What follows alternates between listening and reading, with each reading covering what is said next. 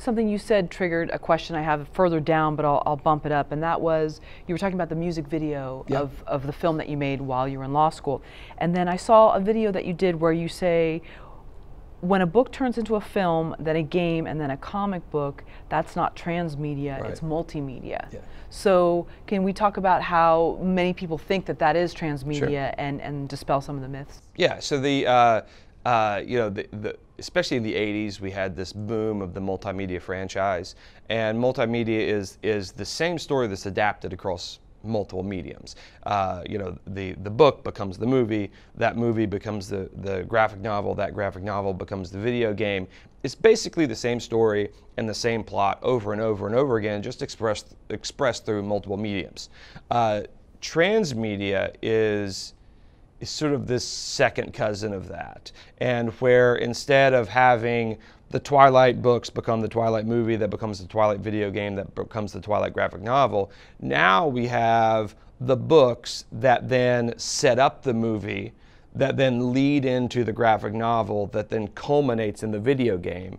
All the different touch points tell a completely different story, but in a way to where all the stories work together to tell one big story. And that's a different process, but it was birthed out of the necessity of the marketplace.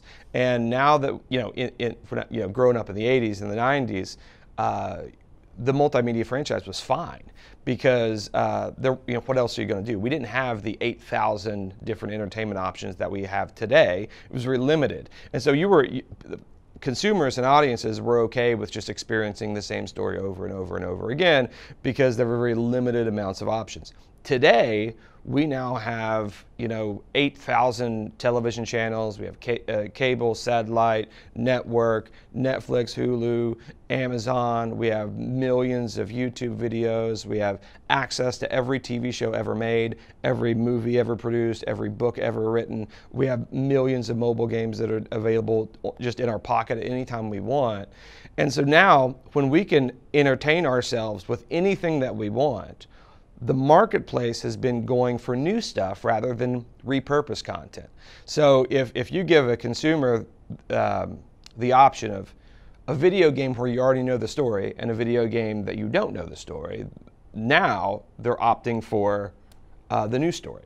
They're opting for the new book. They're opting for the new movie, because they just don't want to repurpose the same thing over and over and over again. So when the audiences now demand new, you have to figure out how to continually give them new story rather than repurposed story, which then has created this really interesting opportunity in the marketplace, but at the same time, obstacle in the marketplace, because now we have to figure out how to continually tell new stories, because the multimedia franchise just isn't performing the way it used to perform.